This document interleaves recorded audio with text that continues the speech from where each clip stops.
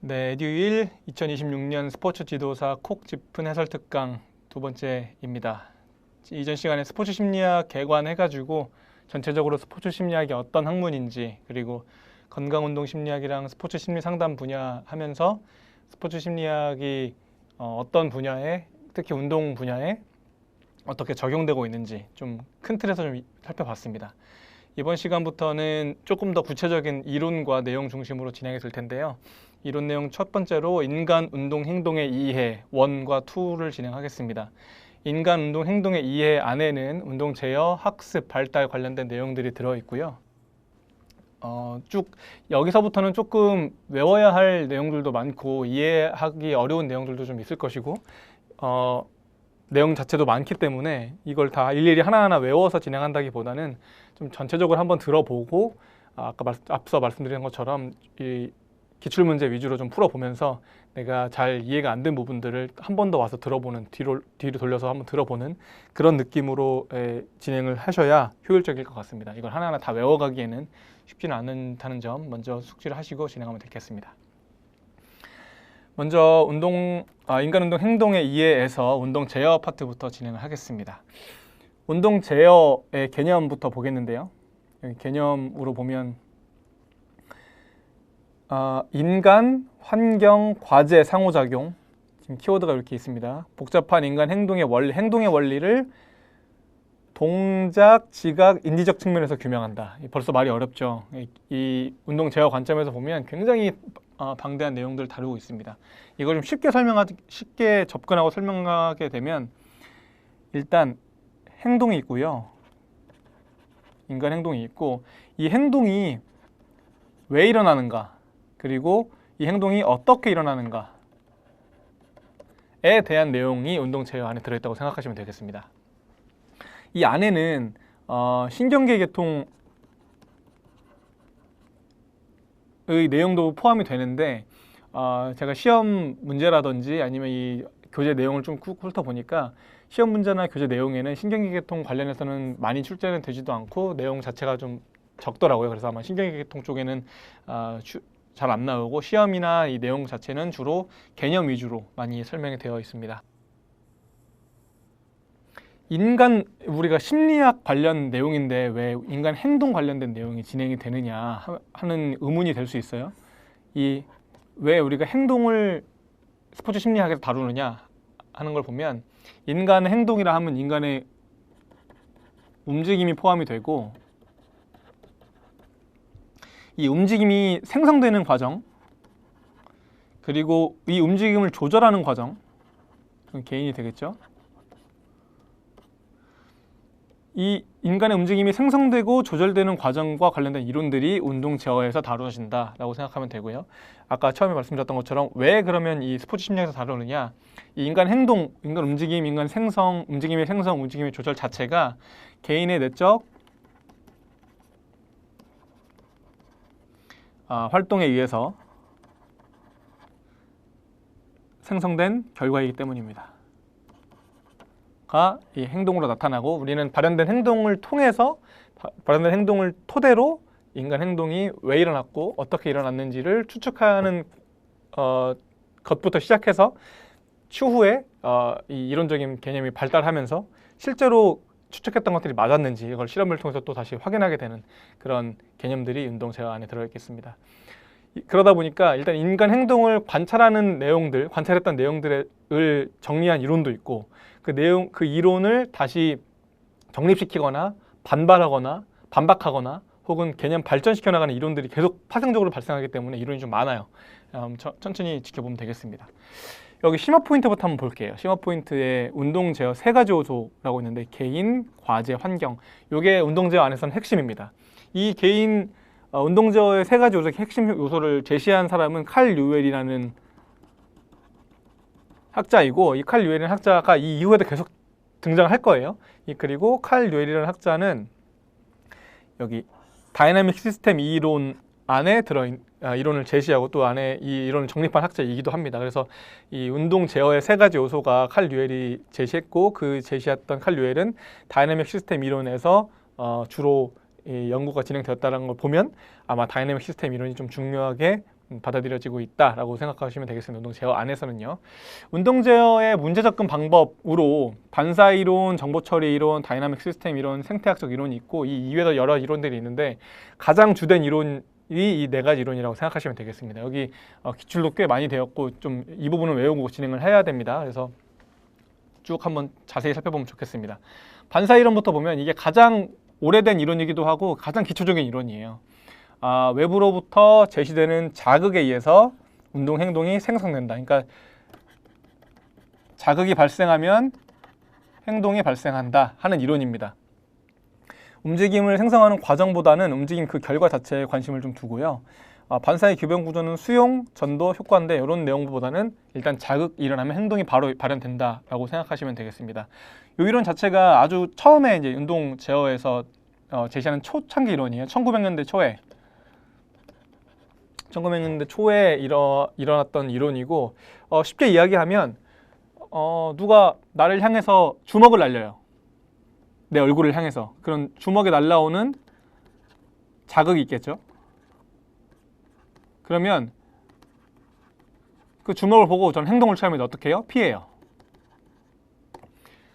네, 이 주먹이 날아오는 것을 보고 피했다. 그럼 이걸 보면서 인간이 외부로부터 어떤 자극이 주어지면 행동이 일어나는구나 하고 처음에는 이런 이론을 발생이 됐던 겁니다. 이 이론과 좀 이 1900년대 초이고 행동에 관심을 두고 반사 이론이라는 여러 가지 측면에서 얘는 이제 행동주의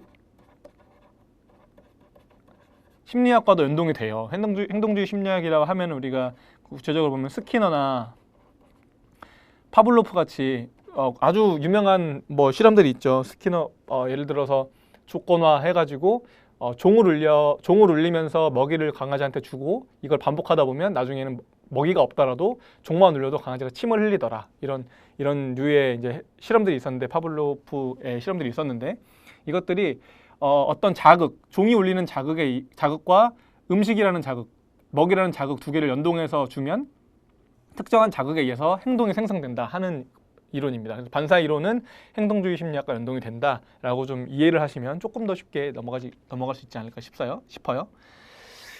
그리고 이 반사 이론은 인간의 행동이 일단 일어나는 기전 자체에 일단 관심을 줬다에 좀 의미가 있는 거지만 다만 문제는 이 특정한 자극, 주먹이 날아온다 그리고 피한다 이 사이에 무엇이 있는지 몰라요. 그리고 무엇이 있는지 관심도 없었어요. 처음에는. 주먹이 날아오는 걸 알겠고 피하는 것도 알겠는데 그럼 주먹이 날아오는 걸 보고 피하는 것 사이에 우리 인간 내부적으로는 어떤 일들이 일어나는가를 관심 뒀던 것이 정보처리 이론입니다. 정보처리 이론에서는 인간을 하나의 컴퓨터로 가정해요. 그래서 유입된 자극, 정보가 있죠. 자극은 같이 있어요. 그리고 능동적인 정보 처리, 어떤 정보 처리를 과정을 걸쳐서 운동 행동이 일어난다. 그러니까 반사 이론에서 한 단계 발전이 된 거죠. 자극이 있고 주먹이 날아온다. 그러면 이 사이에 어떤 능동적인 정보 처리가 있고 그 이후에 피한다는 행동이 발현이 되는 거예요. 그러면 이 능동적인 정보 처리 안에는 어떤 것들이 있는지를 계속 연구하고 고민해 봤던 것들이 이제 정보 처리 이론 안에 들어가게 됩니다. 운동 행동이 피드백에 의해서 조절이 되는 폐쇄회로 이론과 대뇌에 이미 저장된 운동 프로그램에 의해 조절되는 개방회로 이론으로 구분이 됩니다. 이 폐쇄회로 이론과 개방회로 이론은 아래쪽에 또 나와요. 여기 폐쇄회로 이론, 개방회로 이론 쭉 읽어보시면 되고 그리고 폐쇄회로 이론과 개방회로 이론에만 보다 보면 일단 설명을 간단히 보게 되면 폐쇄회로 이론과 개방회로 이론을 좀 보면은 일단 둘 다 폐쇄회로 이론이든 개방회로 이론이든 일단 머릿속에, 뇌 속에 특정 동작들이 일정 부분 저장이 되어 있는 거예요. 근데 폐쇄회로 이론 같은 경우에는 아주 구체적인 행동까지 다 저장이 되어 있어요. 예를 들면 주먹이 날아온다 그리고 주먹을 피한다의 과정 안에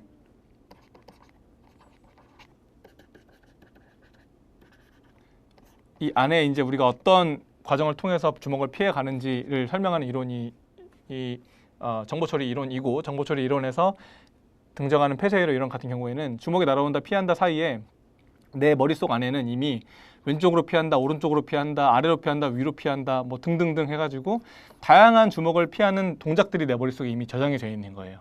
그래서 주먹이 일단 날아오면 피하는데 이 중에 뭐 왼쪽으로 일단 피해보고 피하다가 주먹이 왼쪽으로 날아오는 것 같으면 내 머릿속에 들어있는 동작과 이 내가 실제 수행한 동작 사이에 오류가 생길 수 있어요. 왼쪽으로 피하면 안 됐는데 왼쪽으로 피해서 주먹을 맞게 생겼어요. 그럼 다시 이제 오른쪽으로 피하는 것을 선택한다. 이런 식으로 되는 거예요. 그래서 이미 다 저장되어 있는 정보들 중에 내가 특정 정보를 특정 행동을 취하고 선택하고 이 정보와 내가 취한 동작이 오류가 있다. 그러면 이 오류를 수정해 나가는 과정. 수정하는데 이미 저장된 다른 동작으로 수정하는 거예요. 이렇게 수정해 나가는 과정. 이것이 동작하고 그 동작이 성공했는지 실패했는지 적절했는지를 파악하는 피드백 과정을 거치고 수정하게 됩니다. 다시 동작하고 피드백 받고 수정하고 이렇게 계속 순환하면서 동작을 이뤄간다 하는 것이 폐쇄회로 이론이고, 개방회로 이론은 움직임이 발생하기 전에 이미 비슷한 경험을 한 적이 있어요. 그래서 동작에 대한 운동 프로그램 자체도 내 머릿속에 저장돼 있는데 여기서는 피드백은 필요가 없습니다. 왜냐하면 이미 내가 비슷한 경험이 다 가지고 있고 비슷한 경험을 토대로 특정 동작들을 뭉태기로 갖고 있는 거예요.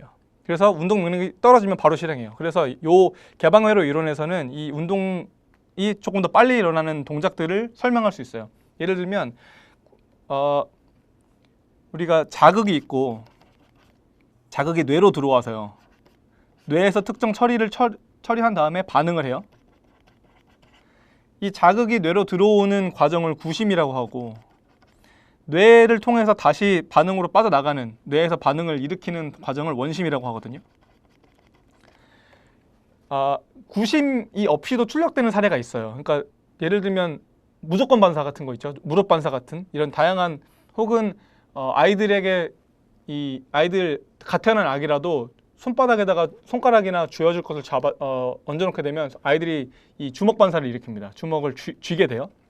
이런 특정한 구심이 없이도 일어나는 반응들을 설명하기에 적합해요. 그래서 뇌에 이미 반응이나 동작들이 저장돼 있고 바로바로 그 상황에 맞게 바로바로 출력이 되는 거예요. 그래서 빠른 동작들은 우리가 설명할 수 있어요. 폐쇄회로 이론 같은 경우에는 피드백이 없으면 이 운동 수정이나 제어가 안 되기 때문에 이렇게 한 방에 일어나는, 빠르게 일어나는 동작들을 설명할 수가 없습니다. 그리고 폐쇄회로 이론은 이미 모든 동작이 내 뇌에 다 저장이 되어 있다고 설명을 해요. 그러다 보면 이 뇌의 저장 용량의 한계의 문제에 봉착하게 됩니다. 예를 들어서 공을 피한다고, 주먹이든 공이든 피한다고 했을 때 이 공이나 주먹의 궤도가 매번 다를 거잖아요. 이 매번 다른 궤도를 피할 수 있는 특정한 각도의 동작을 내 머릿속에 다 갖고 있다고 가정하는 거예요. 그러다 보니까 모든 동작을 다 머릿속에 기억하고 있어야 하는데 그렇게 하기에는 우리 뇌가 저장 용량이 그렇게까지 많지 않은 것 같다 하는 문제 제기가 폐쇄회로 이론에는 좀 제기가 되고 있습니다. 그래서 이 둘 사이에는 뭔가 간극이 있고 둘 사이에 장점, 우리 동작을 설명하는 데 장점이 있고 단점이 존재하게 되는데요. 다시 위로 올라가서, 그래서 이 폐쇄회로 이론이나 개방회로 이론 둘 다 맹점이 좀 존재합니다. 이 이론들을 좀 종합해가지고 도식 이론이라는 이론을 또 나타나게 돼요. 이 도식 이론은 슈미트라는 학자가 제시한 건데, 여기서 말하는 도식은 우리가 스키마라고 하거든요. 과거의 유사한 운동 결과를 근거로 새로운 운동을 계획하는 회상도식, 이건 아까 말했던 개방회로 이론과 유사하죠. 그리고 피드백 정보를 통해 잘못된 동작을 평가하고 수정하는 재인도식, 폐쇄회로 이론이랑 유사하죠.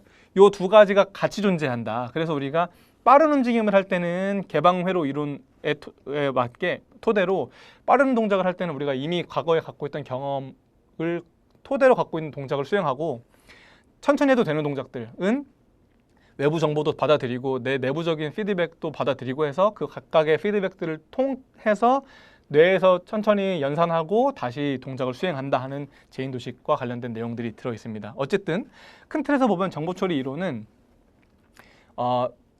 자극이 주어지면 우리 뇌에서 특정한 이 정보처리를 거쳐서 행동을 한다 하는 이런 이론이라고 큰 틀에서 보고 지나가면 되겠습니다. 그 다음은 다이나믹 시스템 이론인데요. 운동 프로그램 그 역할 대신에 지각 동작의 연결 관계를 중시합니다. 그러니까 운동이 머릿속에서 어떻게 일어나는지 보다 이 지각하고 동작이 어떻게 연결되는지에 아주 중점적으로 보고 있어요.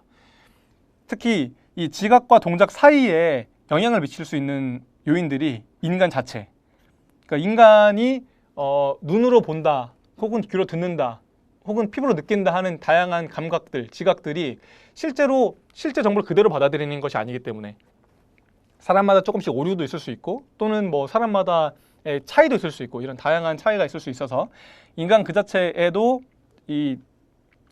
인간 그 자체에 따라서도 뭔가 다르게 지각할 수 있고요. 또 환경, 내가 앞을 보고 있는 사람도 있을 수 있고, 같은 물체를요, 뒤에서 보고 있는 사람도 있을 수 있고, 혹은 멀리서 보고 있는 사람도 있을 수 있고, 이렇게 이 환경이 주어진 환경에 따라서 우리가 이 지각 자체가 달라질 수 있다. 환경, 과제, 이 과제가 빠르게 처리해야 되는 과제인지, 어려운 과제인지, 쉬운 과제인지, 천천히 처리해도 되는 과제인지 등등, 이 과제의 난이도나 강도에 따라서 또 이 각각의 상호작용, 환경과 과제가 또 상호작용하고, 인간과 환경, 인간과 과제 등이 상호작용하면서 지각이 지속적으로 변화하고, 이 지속적으로 변화한 지각의 결과물로 동작이 나타난다 하는 원리입니다. 요 다이내믹 시스템이 일어난 배경이나 이런 것들 좀 찾아보면, 다이내믹 시스템 이론은 번스타인 또는 칼 뉴웰 등의 학자들이 주창을 했던 내용들이고, 이 번스타인의 아주 유명한 실험이 있죠. 번스타인이 했던 망치질 실험이라는 실험이 있어요. 이 실험을 토대로 우리가 그전에는 운동 동작이라고 하는 것들이 뇌에 저장된 특정한 동작들을 우리가 발현시킨 것이다. 그리고 이 특정 동작들을 누가 얼마나 정확하게 잘 발현시키느냐에 따라서 동작이 잘 수월하게 일어난다라고 생각했었어요. 그래서 번스타인이 실험을 합니다. 아주 망치질을 잘하는, 숙련된 망치질을 하는 사람들을 데리고 와서 관절에다가 마커를 붙이고 관절이 이동하는 그 경로를 한번 추적해 봤어요. 그랬는데 신기하게도 우리가 그 기존에 갖고 있던 폐쇄회로 이론이나 개방이론 이론 혹은 정보처리 이론에 따르면, 숙련된 망치질을 하는 사람은 망치질을 할 때마다 같은 동작을 수행하는 거예요. 같은 각도로. 그렇게 해서 우리가 정확한 같은 망치질을 지속할 수 있다가 기존의 이론이었는데, 실제로 실험해 보니까 망치질의 정확도는 계속 같았어요. 유사했어요. 망치질을 잘 했고 못을 잘 박았어요. 근데 매번 망치질 할 때마다 팔목이라든지 팔꿈치라든지 무릎이라든지 이런 관절의 각도가 매번 달랐다 이거예요. 그러니까 우리가 기존 이론대로 하면 모든 동작이 같은 동작을 수행하고 같은 정확도라면 같은 각도로 동작이 수행이 되어야 할 텐데, 이 동작마다 수행의 이 각도가 달랐다는 거죠. 숙련자의 동작임에도 불구하고. 그런데 어쨌든 결과는 좋았단 말이죠. 그래서 우리가 인간이 동작을 할 때 단순히 저장된 거를 인출하는 게 아니라 지속적으로 아주 세밀하게 그 망치질을 하는 그 짧은 순간에도 팔목의 각도, 손목의 각도, 팔꿈치의 각도, 골반의 각도 등을 계속해서 우리가 조절해 나가면서 이 동작을 수행하는 것이 아닐까 하는 질문에서 나타난 게 다이내믹 시스템 이론입니다. 그래서 우리가 그전에는 우리 인간 자체만 봤던 거죠. 인간이 어떻게 이 동작들을 수행하는가를 봤는데, 조금 더 지나가 보니까 인간이 수행하긴 하는데 환경의 변화, 과제의 변화, 혹은 뭐 조도의 변화, 이런 다양한 변화들을 인간이 계속해서 이런 지각을 느끼게 되고, 이런 지각을 토대로 아주 미세한 동작 수정을 통해서 동작을 계속해서 한다는 거죠. 그래서 같은 동작일지라도 이 수정과 반복이 계속해서 일어난다. 이런 것들이 다이내믹 시스템 이론의 핵심이라고 볼 수 있겠습니다.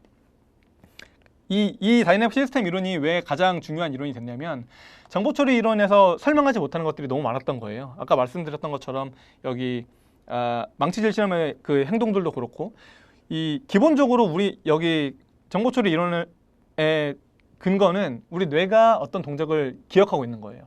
근데 어떻게 보면 우리가 처음 보는 동작도 수행하는 경우가 있거든요. 그런 경우는 설명이 아예 불가능했죠. 그런데 보니까 다이내믹 시스템 이론에서는 처음 보는 동작이라도 우리가 직업과 동작의 연동성을 통해서 스스로 계속해서 피드백 받으면서 이 수행을 수정하기 때문에 가능한 것이다. 그래서 운동 프로그램과 같은 표상 구조가 필요하지 않다. 우리에게는 일단 처음 보는 동작이라도 수행을 할 수는 있다. 정확도가 떨어지더라도. 그리고 이걸 계속 수행해 나가면서 익숙해지면 점점 정확도는 좋아지는 것이다 라고 설명하고 있습니다. 여기에서 다이내믹 시스템 이론에서 핵심은 지속적으로 세밀하게 조절된다. 행위가, 동작이. 네. 그리고 이 조절된 동작 안에는 자유도가 존재한다. 이 자유도의 개수에 따라서 동작의 정확도가 달라질 수 있다. 그러니까 환경이나 과제가 아주 완전하게 고정되면 비교적 자유도가 낮아지고 우리가 선택해야 되는 받아들이게 되는 지각의 종류가 좀 적어지기 때문에 조금 더 정확도가 상승하게 되고 이 환경이나 과제가 계속해서 변한다면, 예를 들어서 우리가 아까 망치질 실험을 토대로 예를 들었으니까 망치질을 하는데 가만히 박혀있는 못을 박을 때랑 이 못이 박혀있는 판이 계속 움직이는데 우리가 이걸 망치질을 통해서 박아야 할 때랑은 전혀 다른 자유도가 있고, 그래서 이 과제의 난이도가 증가하게 되고, 그러면 우리는 이 과제 난이도가 변경됨에 따라서 자유도가 올라가고 난이도가 올라가서 우리 인간 행동이 또 달라질 수 있다. 뭐 이런 식으로 기억하게 되면 되겠습니다. 생태학적 이론은요, 환경 정보에 대한 지각, 운동 동작의 관계를 강조한다. 운동 수행자는 과제를 지각하고 본인이 속한 환경 속 특성에 따라 움직임을 일으킨다. 이게 무슨 말? 좀 비슷해 보이죠? 비슷해 보이는데 좀 다른 느낌입니다. 여기서는 환경을 조금 더 강조해요. 동일한 과제도 상황에 따라 다르게 수행된다. 이게 무슨 말이냐면 예를 들어 우리가 계단을 내려간다고 하겠습니다. 우리가 계단을 내려가요, 걸어서. 혹은 계단을 올라가요. 우리는 이 계단을 보고 어느 정도 각도로 무릎을 들어서 이 계단을 디뎌야겠다. 또 다음 계단을 디딜 때 어느 정도 무릎 각도를 만들고 어느 정도 추진력을 발현해서 이 다음 계단 디뎌야겠다는 것을 아주 순식간에 부지불식간에 머릿속에서 연산해서 동작을 수행하게 되는데, 이 동작 수행이 계단이 낮을 때도 있고 계단이 높을 때도 있고 계단이 너무 높아서 허리춤까지 올 때도 있어요. 그럼 이 사람은 이 계단을 보고 이 환경을 파악하고 이 계단을 내가 어떻게 해야 되겠다를 바로바로 인식한다는 말이에요. 그리고 이 동작 수행이 가능한지 안 가능한지를 환경을 보고 판단한다, 이겁니다. 그래서 그 동작 수행 가능성을 우리는 어포던스라고 그래요. 이 어포던스를 한국말로 쉽게 표현하면 할 수 있냐? 없냐? 느끼는 것이 어포던스예요. 그래서 쉽게 할 수 있다고 느끼면 쉽게 동작이 일어나는데, 쉽게 할 수 없다고 느끼면 이 동작 수행이 달라지게 돼요. 그리고 이 과제 자체가 환경이 너무나 불가능하다고 판단이 되면 애초에 동작을 수행하지도 못하게 돼요. 그래서 이 어포던스가 생태학적 이론에 따르면 어포던스가 인간이 동작을 수행하는데 굉장히 중요한 정보가 될 수 있다라고 가정하게 됩니다. 벌써 어려운 내용들이 많이 지나가고 있어요. 운동 제어 체계 및 기억 체계를 한번 보겠습니다. 운동 제어 체계도 여기도 기출이 많이 진행이 됐죠. 운동 제어 체계에는 정보 처리 인원이나 일반화된 운동 프로그램 이론과 같이 자극에 대한 반응이 실질적인 행동으로 이어지는지를 확인하고 수정하는 과정이다. 여기 보면 감각 지각 단계가 있고 반응 선택 단계가 있고 반응 실행 단계가 있어요. 요거는 사실 정보 처리 이론에 입각한 순서입니다. 이 정보 처리 이론 자체가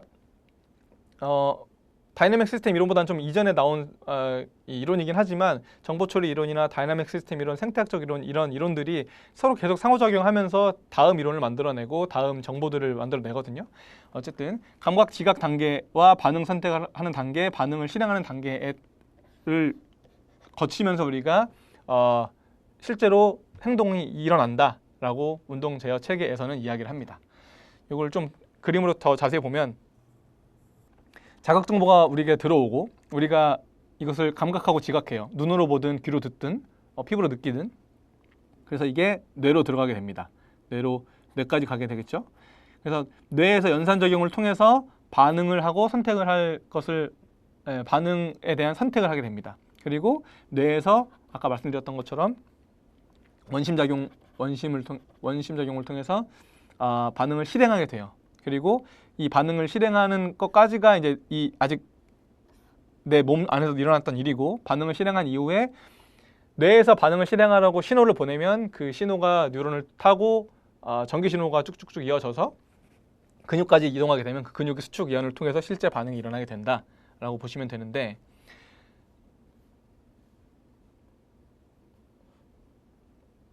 요 반응 시간, 여기 전체가 반응 시간이에요. 여기서부터 여기까지가 자극이 일어났고, 이 자극을 내가 감각하는 이 순간부터 반응을 실행해야 되겠다 마음 먹고 반응을 실행을 시작한 순간까지가 이 반응 시간인데, 우리가 육상을 예를 들었을 때 육상 단거리 종목 같은 경우에 스타트 머신에 대고 총성이 울리고 0.1초 이내로 스타트가 되면 파울이 돼요.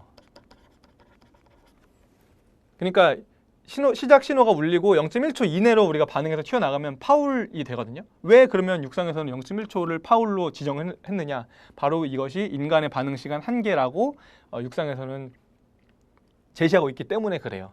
이게 청각 신호가 들어오겠죠. 총성. 청각 신호가 뇌까지 가요. 뇌까지 전달되고 뇌에서 이 청각 신호, 이 총성이 스타트 신호라는 걸 판단하고, 그다음에 근육 보고 움직이라고 신호를 보내요. 전기 신호를. 그래서 실제로 이 뇌에서 내린 신호를 타고 전기 신호가 근육까지 도달해서 근육이 움직여요. 이 일련의 과정까지가 0.1초는 필요하다고 보는 거예요. 육상에서는. 근데 실제 실험을 해보니까 뭐 다양한 실험들이 있는데, 뭐 보통은 요즘 실험 보니까 0.8초가 아니죠.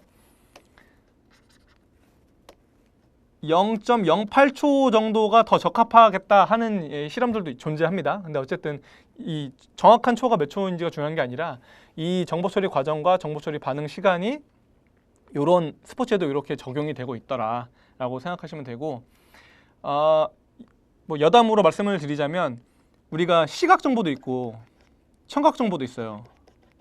그러니까 눈으로 보고 판단해서 움직임을 일으키는 기전도 있고, 여기가 육상처럼 청각 정보를 활용해서 움직임을 일으키는 기전도 있는데, 실험에 따르면 청각 정보가 조금 더 빠릅니다. 청각 정보가 0.08에서 0.1초 정도를 한계치로 봐요. 최대로 빠르게 했을 때. 시각 정보 같은 경우에는 한 0.1초 정도, 2초 정도를 한계로 봐요. 그러니까 시각을 토대로 우리가 보고 있다가 빛이 켜진다거나 빛이 꺼진다거나, 예를 들면 F1 포뮬러 1 레이스를 보면 빨간불이 들어오다가 빨간불이 꺼지면 모두가 다 같이 출발하게 되잖아요. 그런 식의 시각 정보는 0.12초가 한계다라고 이제 우리가 실험적으로는 그렇게 제시가 되고 있습니다.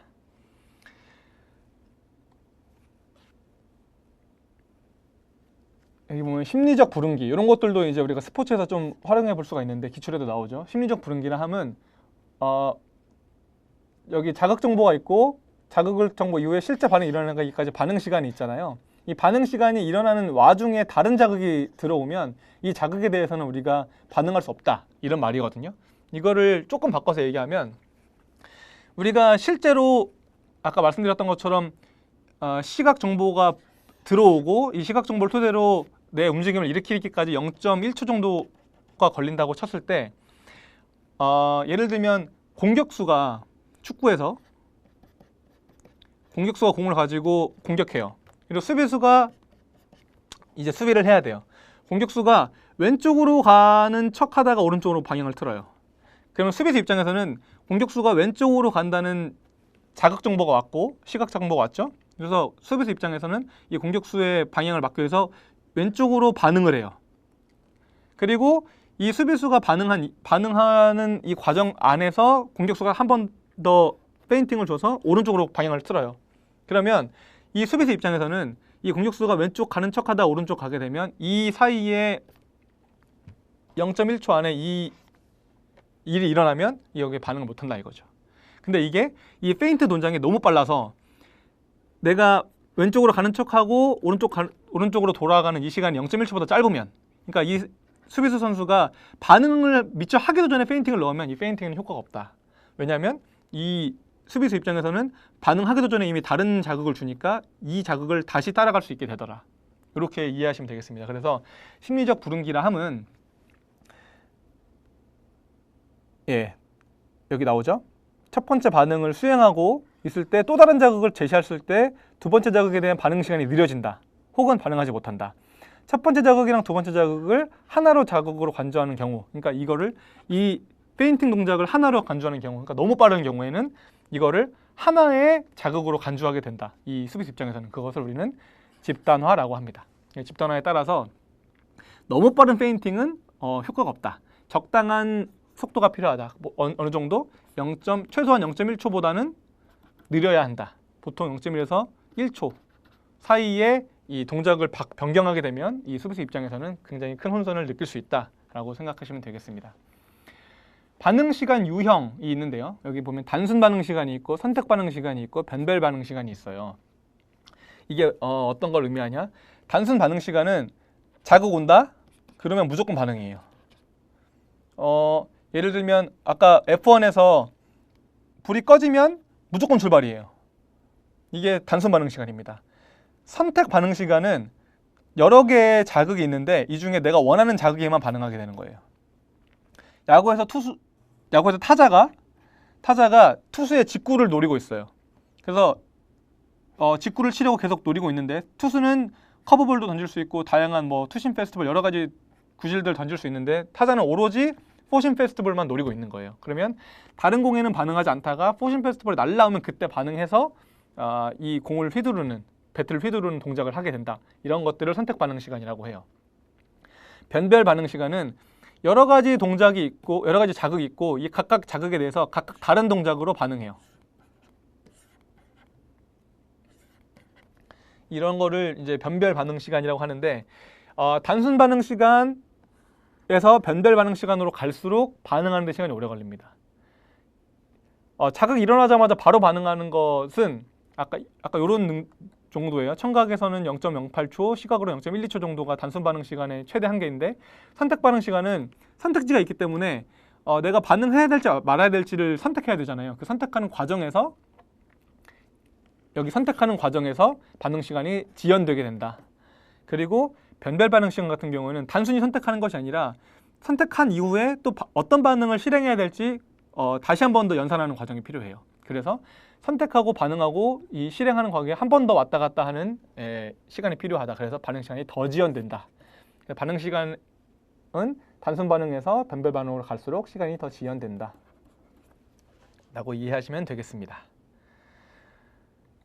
기억 체계 한번 보겠습니다. 기억 체계도 두 번 정도 2020년, 15년에 기출되긴 했는데요. 기억 체계는 인간의 행동을 기억하고 이러한 기억 위에서 새로운 경험이 지속적으로 쌓여간다고 보는 과정이다. 인간이 어떤 행동을 하면 그 행동을 기억하고 있고 그 행동에 또 다른 기억이 덮어지면 이 기억을 수정해서 또 다른 기억으로 가지고 있고 또 다른 새로운 경험이 쌓이면 또 새로운 기억으로 저장하고 이런 식으로 기억 체계가 일어난다라고 보는 과정이거든요. 단계로는 지각 단계, 저장 단계, 인출 단계가 있어요. 지각 단계는 알아차리는 거예요. 일단 눈으로 보는 거죠. 저기에 물병이 있구나, 혹은 저기에 공이 있구나.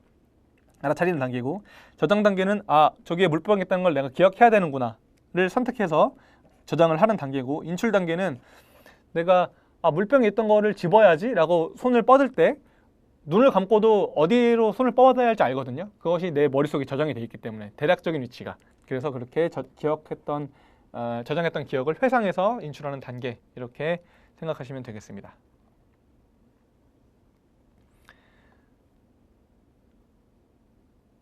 기억의 단계를 보면 감각기억 단계, 단기기억 단계, 장기기억 단계가 있어요. 이 기억의 단계가 어디냐?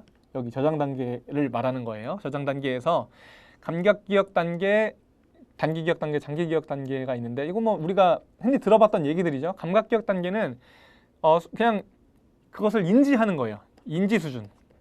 그리고 단기기억 단계는 감각기관을 통해 들어온 정보를 잠깐 동안 기억하는 거예요.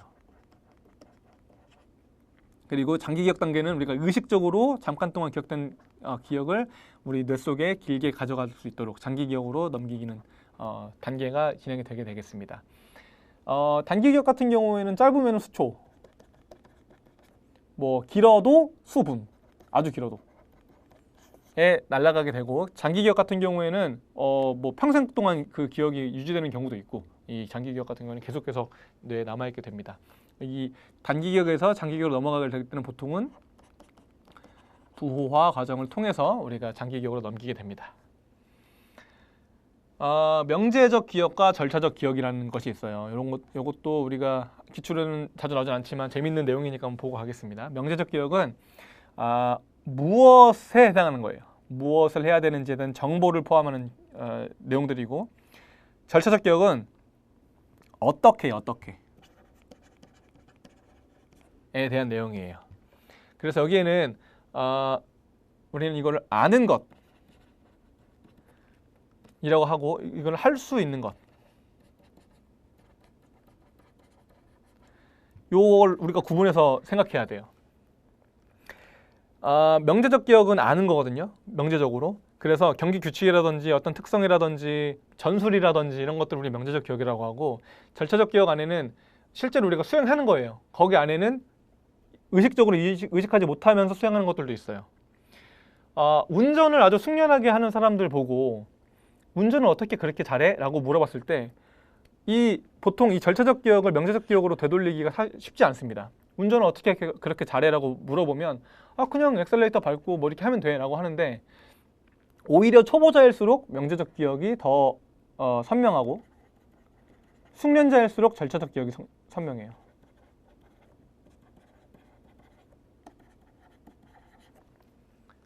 그렇다고 이 명제적 기억이 무시돼서는 안 되는 거예요. 숙련자일수록 절차적 기억 자체는 선명하게 있지만 이것을 다시 내가 명제적 기억으로 되돌림으로써 내가 했던 운동 수행을 수정할 수 있는 방향은 또 명제적 기억 안에서 해야 되기 때문에 우리 둘 다 중요한 기억이지만 어쨌든 절차적 기억은 할 수 있는 것, 명제적 기억은 내가 아는 것, 이 둘은 엄연히 다르다. 이렇게까지는 이해하고 가시면 좋겠습니다. 뇌의 구성을 보면 뇌의 구성은 지금 여기 보면 척수, 뇌간, 소뇌, 간뇌, 대뇌, 방구가 돼 있는데, 여기는 대뇌 방구 말고 대뇌로 생각하시는 게 좋습니다. 대뇌 안에 이제 대뇌 방구가 있는 거죠.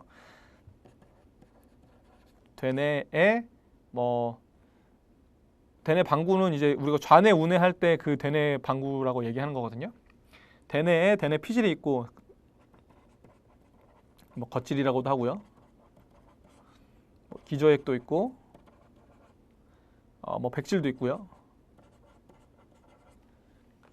간뇌가 있고 척수부터 보겠습니다. 척수는 피부와 관절 그리고 근육으로부터 정보를 모아 뇌로 전달되는 통로도. 우리 척추 안에 통로 있는 거 아시죠? 척수 안에 척수가 들어가는 통로가 있고, 그 척수를 보호하기 위해 척수가 존재하는 거죠. 그러니까 척수가 이 다양한 감각기관으로부터 정보를 얻어내고 그 척수를 통해서 뇌로 정보를 전달하게 됩니다. 뇌간은 이제 척수와 뇌를 연결해주는 중요한 다리 역할이에요. 이 브레인 스템이라고 하는데, 스템 자체가 다리, 연결교 이런 내용이니까. 뇌간에서는 숨쉬기, 의식, 체온 조절, 생명 기능 조절 등을 하게 되고, 보통 여기서 호흡, 심박 조절 이런 것들을 뇌간에서 하게 됩니다. 뇌간 안에 중뇌도 있고 교뇌도 있고 연수도 있고 등등등 있는데 그런 것들 중요한 건 아니고요.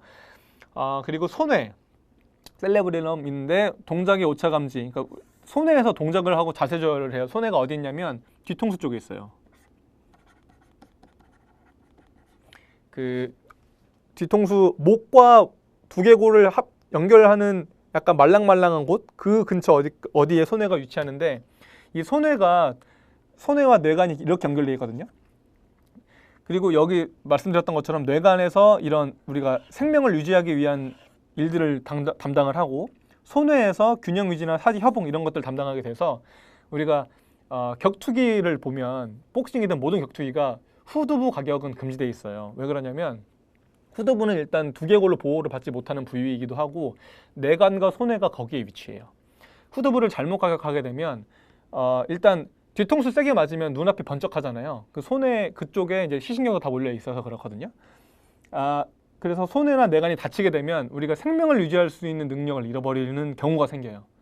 실제로 후두부를 잘못 가격당해서 전신마비가 온다거나 심지어는 사망에 이르는 선수들이 과거에 몇 차례 있었습니다. 그래서 현재 격투기든 모든 스포츠 종목에서 후두부 가격은 절대적으로 금지가 되어 있어요.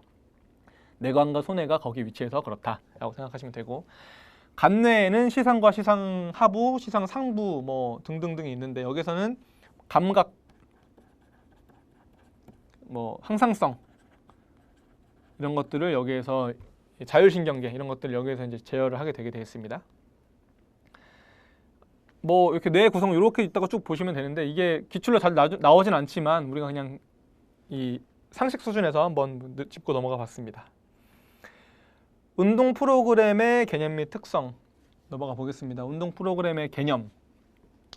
운동 프로그램은 우리가 말하는 어떤 뭐 운동을 이렇게 해라 저렇게 해라 이런 프로그램이 아니라 대뇌 피질 속에 미리 저장되어 있는 운동 동작에 대한 것들을 말해요. 아까 위에서 말했던 개방회로 폐쇄회로 말씀드렸던 그 내용들 있잖아요. 그 내용들이 여기 나오는 겁니다. 기본적으로 하나의 운동 프로그램이 하나의 반응이다.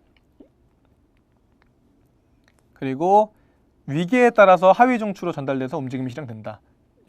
여러 반응들이 운동 프로그램으로 이라는 이름으로 저장됐고 뇌에 위계에 따라서 어떤 것들은 더 우선적으로 나타나야 되는 동작이 있고 그다음 그 밑으로 들어가야 되는 동작이 있는 거예요. 그래서 우선적으로 나타나야 되는 동작들이 먼저 중추로 연결돼서 움직임이 실행이 된다라고 이해하시면 되겠고요. 운동 프로그램에 의해 내려진 명령은 운동 수행 중에도 오류가 발생하여도 수정되지 않는다. 사전에 계획된 대로 움직임을 수행하게 된다. 이 말이 뭐냐? 이 다양하게 뇌 속에 저장되어 있는 운동 프로그램 중에 이 운동 프로그램을 하라고 뇌에서 명령을 내리면 이 명령 내린 운동 프로그램이 완수될 때까지 다른 운동 프로그램으로 수정이 안 된다 이겁니다. 수정을 하려면 이 운동 프로그램을 하고 이 운동 프로그램이 성공했는지 안 했는지를 피드백을 받아서 피드백 후에 특정한 연산 과정을 통해서 다른 운동 프로그램 얘가 더 적합하구나를 통해서 얘를 다시 내야 되는 거예요.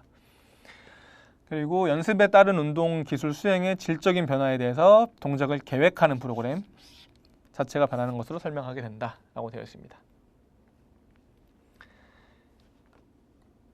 일반화된 운동 프로그램 특성 부분 보겠습니다. 여기는 운동 프로그램에서는 동작 하나에 대한 운동 명령만을 강조하고 아까 말씀드렸죠. 운동 프로그램에서는 동작 하나죠. 하나 중에 어떤 걸 내리고 이게 수행되고 말고를 강조하는 거예요. 인간의 오류 수정 능력에 대한 고려가 없다. 슈미트 아까 말씀드렸죠. 슈미트가 여기에 나오는 거예요. 여기 다이내믹 시스템 이론에 나오는 그 슈미트입니다. 아니죠. 죄송해요. 네, 정보처리 이론에서 나오는 여기 도식 이론에 나오는 그 슈미트입니다. 슈미트가 운동 프로그램과 피드백 정보를 동시에 적용을 시켜가지고 융통성 있는 일반화된 운동 프로그램 발전시켰다. 이게 스키마가 될 거고 이게 도식 이론입니다. 특정한 환경적인 요구에 적응하기 위하여 움직임의 형태를 조절하는 데 관여하는 두 개의 매개 변수인 불변 매개 변수와 가변 매개 변수에 의해서 운동 프로그램이 바뀌게 된다. 불변 매개 변수는 무엇이냐? 프로그램 내에 변하지 않는 상태로 존재하고, 그러니까 내 뇌에 다 이렇게 저장되어 있는 거예요. 가변 매개 변수의 조합에 의해서 동작의 다른 유형을 생성해서 연습하게 되면 가변 매개 변수의 값이 최적화되어 보다 효율적인 운동 기술 동작으로 나타날 수 있다.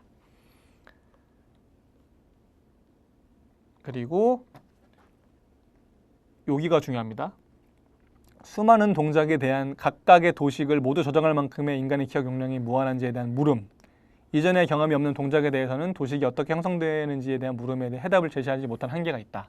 그러니까 어쨌든 도식 이론도 뇌 속에 운동 프로그램들이 일정 부분 저장이 되어 있고 또 저장되어 있지 않은 운동 프로그램들은 피드백을 통해서 얘를 수정하는 방식으로 운동 프로그램을 새로 저장하고 이런 식으로 이제 우리가 운동 프로그램이 저장되어 있다라고 말을 도식이론에서 하게 되는데 결국에는 어쨌든 도식이론도 운동 프로그램을 뇌에 저장해야 되는 거예요. 그러다 보니까 뇌 저장 용량에 대한 저장 용량이 그렇게 무한하냐, 또 아예 경험이 없던 동작은 어떻게 나타나느냐 이런 데에 대해서 해답을 제시하지 못한다 하는 단점이 있습니다. 운동 발달로 넘어오게 되겠습니다. 운동 발달, 이제 이 전까지 운동 제어였고요. 사실 운동 제어에서 발달로 넘어오긴 했지만 이 내용들은 계속 반복이 됩니다. 보통 운동 발달에서 한두 문제 정도가 나오게 되니까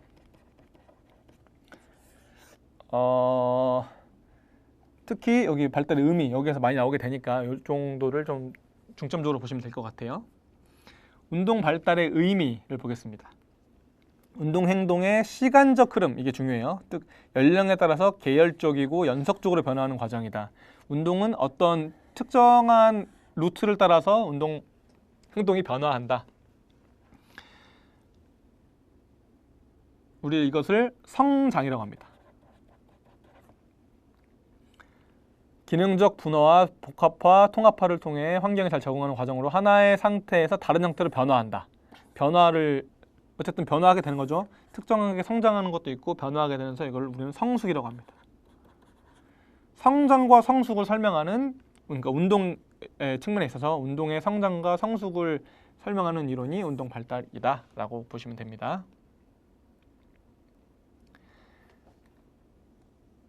게셀과 에임스의 운동 발달 원리를 보게 되면 운동 발달은 일정한 위계와 순서에 따른다. 그러니까 1, 2, 3, 4 이런 식으로 특정한 순서가 있는 거예요. 그래서 운동 발달 1번 운동 발달이 일어나면 그 다음으로 2번으로 넘어가게 되고 그 다음 3번으로 넘어가게 되고 이런 식으로 발달이 일어나고 일련의 방향성을 가지게 되고, 그래서 3번에서 다시 1번으로 넘어가는 경우는 없다 라고 설명하는 것이 게셀과 에임스의 운동 발달 원리입니다.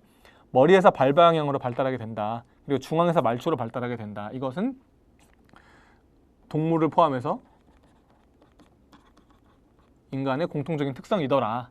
그래서 우리는 이 운동 발달은 그렇게, 동물들은 그렇게 발달이 되는 것 같더라 라고 설명하고 있습니다. 운동 기술을 습득하는 과정에서 몸통이나 어깨 근육을 조절하는 능력을 먼저 갖추고, 왜 그래야 되냐? 여기를 먼저 상체, 몸통이나 어깨 근육을 조절하는 능력을 먼저 갖추어야지 우리가 호흡을 한다거나 얼굴에 어디에 파묻혀서 호흡이 안 될 때 이거를 팔로 밀어내서 호흡이 된다거나 이런 식으로 우리가 생명을 유지할 수 있는 최초의 동작은 어깨 근육 필요하다. 몸통 근육을 움직일 수 있는 근육이 필요하다. 그리고 팔, 손목, 손가락 순으로 이렇게 중앙에서 말초로 이동하게 되는 거죠. 능력을 갖추게 된다. 양축 운동 협응이 있고요. 동측 운동 협응이 있고 교차 운동 협응이 있어요. 양측 운동 협응은 상지 또는 하지의 양측을 동시에 움직이는 형태를 보입니다. 아주 어린 아기들의 기준이에요. 오른손을 드는 동작을 보이면 왼손도 같이 들게 돼요. 오른발을 드는 동작을 하면 왼발도 같이 들게 돼요. 그리고 동측은 상지를 움직이면 상지는 같이 움직이고 하지를 움직이면 하지가 같이 움직이더라. 교차 움직임은 상하지를 동시에 움직이는 형태도 같이 보이더라. 그러니까 운동의 기본을 보면 양측이 됐든 동측이 됐든 교차가 됐든 특정한 운동 동작을 할 때 어디 다른 유사한 신체와 같이 움직임이 발달이 되더라. 이렇게 기본적으로 운동 동작은 그렇게 형성이 된다라고 생각하시면 되겠습니다. 운동 발달의 주요 특징을 보면은 일단 유전 아주 중요합니다. 우리가 운동 발달할 때 유전과 특히 신체의 구성 이런 것들에서도 유전이 중요하고요. 목의 유전에 따라서 미토콘드리아의 발달 형태 이런 것들이 중요하기 때문에 운동 발달은 유전 그리고 환경의 상호작용이다. 그리고 운동 발달은 분화와 통합의 과정을 거치게 된다. 반드시 개인차가 존재하게 된다. 왜냐하면 유전과 환경이 상호작용하기 때문에 그래요. 그리고 결정적 시기가 존재한다. 이게 이제 이 결정적 시기라는 이론 때문에 우리가 어릴 때 스포츠 배워야 된다 하는 이야기가 나오게 되는 겁니다. 어릴 때 스포츠를 배워야 더 빨리 배우게 되고 이 한 번 배운 스포츠 동작들이 잊혀지지 않게 된다. 결정적 시기가 존재한다라는 내용이 있고요. 단순히 운동 동작뿐만 아니라 이 운동에 대한 인지적인 능력들도 결정적 시기가 존재한다라는 이론입니다. 운동 발달 상황에서 공통적으로 나타나는 특성들이 있어요. 그걸 계통 발생적 운동이라고 합니다. 그러니까 인간이라 하면 인간은 누구나 나타나는 특성들이 있어요. 뭐 아까 말씀드렸던 주먹 반사라든지 무릎 반사라든지 이런 반사 동작들이 공통적으로 다 나타나요. 그리고 이런 운동 협응들도 인간이라면 다 나타나는 현상들입니다. 그런 것들을 우리는 계통 발생적 운동이라고 한다. 그리고 어떤 환경이나 다양한 요인에 의해서 꾸준한 연습이랑 경험을 통해 획득하는 것을 개체 발생적 운동이라고 한다. 인간이라면 누구나 주먹을 쥐고 주먹 반사가 일어나고 무릎 반사 등이 일어나지만 자전거를 많이 타는 사람들은 허벅지가 두꺼워지고 뭐 마라톤을 열심히 오랫동안 한 사람들은 신체가 좀 더 지방이 적어지고 역도를 오랫동안 많이 하는 사람들은 골밀도가 높아지고 등등등 다양한 운동 형태라든지 여러 환경 요인에 의해서 뭔가 변화하는 것, 우리는 그것들을 개체 발생적 운동 행동이라고 설명을 합니다.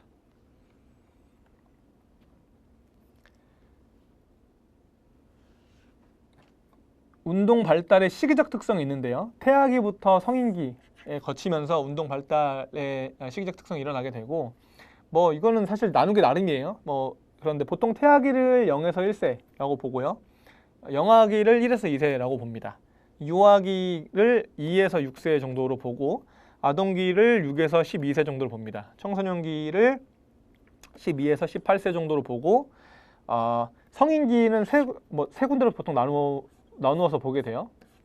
성인기 초기를 18에서 40세 정도로 보고 중기를 40에서 60세 정도로 보고 60세에서 65세 그 이후를 이제 후기로 봅니다. 이렇게 운동 발달이 시기에 따라 연령에 따라 특정한 형태를 따라서 발달하게 된다. 발달적 변화에는 이런 특징들이 있다. 일단 질적 측면이 있습니다.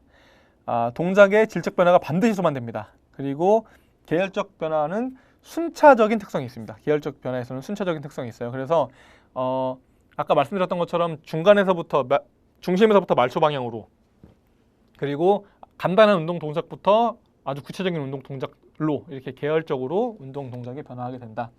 종합적 측면이 또 있습니다. 종합적 측면이라 함은 과거의 움직임이 축적되어서 발달을 하는 것이다. 그러니까 내가 지금까지 연습했던 농구슛 동작이 특정한 동작이 폼이 있는데 이걸 내가 수정하고 싶어서 다른 동작을 계속 수정하게 되면 기존에 갖고 있던 동작이 일부 수정되면서 다음 동작으로 넘어가게 돼요. 이게 꼭 농구 슛뿐만 아니라 예를 들면 걷기. 우리는 누구나 대부분 걷습니다.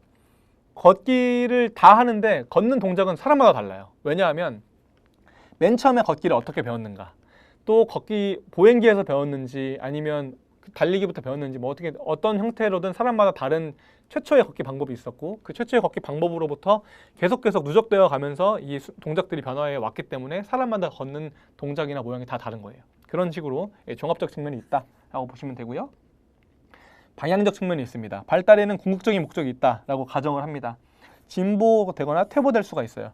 우리가 훈련이나 연습을 통해서 동작을 계속해서 발달시켜 나갈 수도 있는 것이고, 또 훈련이나 노력을 열심히 하더라도 노화, 질병, 부상 등으로 인해서 내가 하던 동작, 되던 동작이 안 되는 경우도 있는 것이죠. 그래서 진보나 퇴보가 될 수 있는 것이다. 아주 여러 가지 원인이 운동 동작에 영향을 미친다. 다차원적 측면이 있고요. 그리고 개인적 측면이 있다. 발달에 영향을 미치는 요인은 개인마다 다르다. 그래서 개인마다 다르게 발달이 나타난다 라고 생각하시면 되겠습니다. 요거는 한번 읽어보고 넘어가셔도 되고요. 운동 발달의 모델, 여기 칼류엘 또 나오죠. 개인, 환경, 과제. 이 칼류엘의 개인, 환경, 과제 이 키워드는 항상 머릿속에 넣어 놓으시고 진행을 해주시면 되겠습니다. 공부를 쭉 읽어보시면 돼요. 아까 이미 설명했던 내용들이기 때문에 간단히 넘어가겠습니다. 그리고 갤러휴의 운동 발달 모델 보면 운동 발달의 초기 단계부터 기본 단계 이후에 10대 후반, 20대 초반까지 달라지게 된다. 이런 말이 있는데 여기 또 나오죠. 이 이후에 여기 또 나오니까 뒤에서 다시 설명드리도록 하겠습니다. 클라크와 메트칼프의 운동 발달 모델을 보면 여기서는 요게 중요해요. 전생에 걸쳐 반사기, 전적응기, 기본 패턴기, 맥락 특화기, 숙련기, 보상기 등 6개 시기로 구분된다가 중요한 내용이긴 한데 요걸 다 외우기는 쉽지 않습니다. 그래서 이런 것들이 있다 정도만 이해를 하시고 넘어가셔야 될 것 같아요. 이걸 다 외울 수는 없습니다. 그리고 모든 단계는 다음 단계를 위한 기술 습득에 영향을 미친다. 이게 아까 계속 나타났던 얘기들이죠. 종합적으로 기존의 동작들이 다음 단계에 영향을 미치고 계열적으로 순차적인 특성이 있는 것이다. 이런 같은 내용들이 다 반영이 되어 있는 내용들이라고 볼 수 있습니다. 운동 발달에 영향을 미치는 요인을 보면 개인적 요인이 있고요. 사회 문화적 요인이 있습니다. 이것들도 그냥 읽고 넘어가시면 될 것 같아요.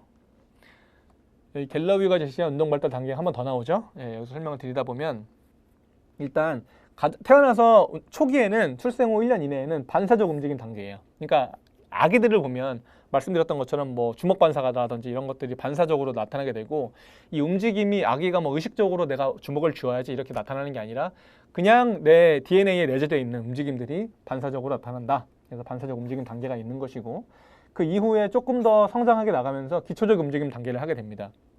시력도 발달되게 되고 기어다닐 수 있게 되고, 조금 있으면 걷고 또 이동하게 되고, 손으로 물체를 잡거나 입으로 입으로 뭐 물질을 가져가거나 이것도 반사적 움직임 단계 안에 들어있는 것이고요. 물건의 크기, 모양, 무게에 따라 물건을 구분할 수 있게 되고 등등등 이제 인지적인 어떤 능력이 향상이 되면서 기초적인 움직임 단계를 거치게 되고 조금 더 지나면 이제 기본적 움직임 단계로 나아가서 뭐 신체 감각 그리고 균형 이런 것들을 좀 기초적인 단계에서 발달하게 됩니다. 간단한 물건 던지거나 차거나 회전하거나 몸을 돌리거나 몸을 굽히거나 등 아주 기초적인 운동 동작을 수행할 수 있게 되고요. 여기서 좀 나아가면 실제로 축구 공을 찬다거나 뭐 배구공을 친다거나 이렇게 스포츠 기술을 할 수 있는 단계가 되고 그 이후에는 그 스포츠 기술이 세련되게 되고 성장하는 단계가 되게 됩니다. 그리고 18세에서 30세 청년기가 되면 이제 내 근육의 크기도 커지고 근육의 근력도 상상이 되게 되고 인지적으로도 형성이 되고 다양한 요인들로 인해서 수행 자체가 최고 수준에 이르게 된다. 그리고 그 이후에 30세 이상에 해당하는 단계에서는 내가 이미 저장했던 이미 가지고 있던 운동 수행 능력이 점차 떨어지게 된다. 그것이 유산소성 능력이든 무산소성 능력이든 근력이든 평형 감각이든 등등등 해서 점점점 쇠퇴하게 된다. 이걸 표로 보게 되면 이렇게 보시면 되겠습니다. 사실 여기까지의 내용은 운동 발달에서의 내용은 우리가 상식적으로 알고 있는 내용들과 겹치는 내용들이 많기 때문에 조금 더 쉽게 접근할 수 있을 것 같습니다.